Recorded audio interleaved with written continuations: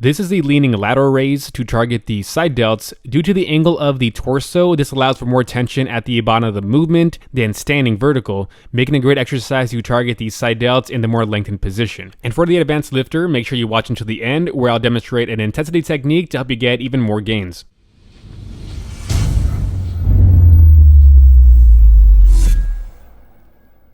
For the setup, angle a bench 20 to 30 degrees from vertical. I would recommend not setting it too low, as it can cause you to feel it too much in the traps.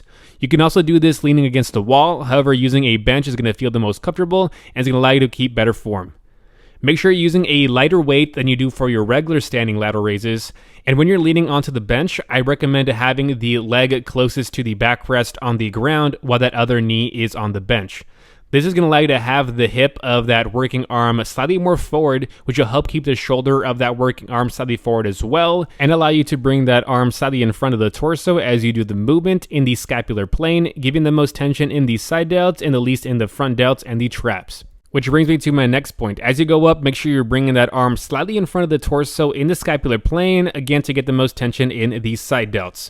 Once you have the legs and torso set, pull yourself into the bench with the opposite arm to keep yourself at the angle of the bench and to add stability. To initiate that way up, lead with the pinky and the elbow and think like you're reaching that hand away from the body and slightly in front of the torso.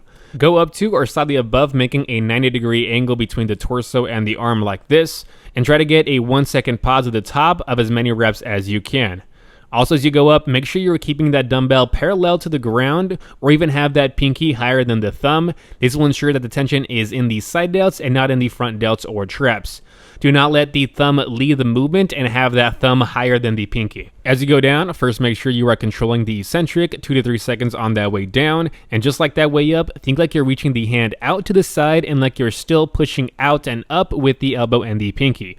Stop right before tapping the thigh and try to get a pause right here at the bottom as well, since we are trying to target that side delt in a lengthened position.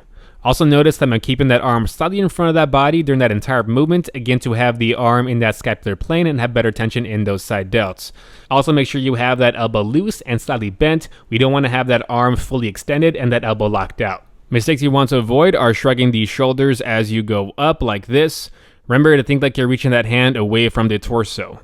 Another mistake is leaning back, having the shoulder of the working arm angled back, causing more involvement of those traps and rear delts. And now for the advanced lifters, an intensity technique you can do is try to get as many reps as you can with the full range of motion, and then if you can't do any more of those, you can get 2 to 4 more partials, going as high as you can, still controlling that eccentric, and then standing up and going for 3 to 5 more reps. Thanks for watching. Like this video right now and subscribe for more tutorial videos just like this one. See ya.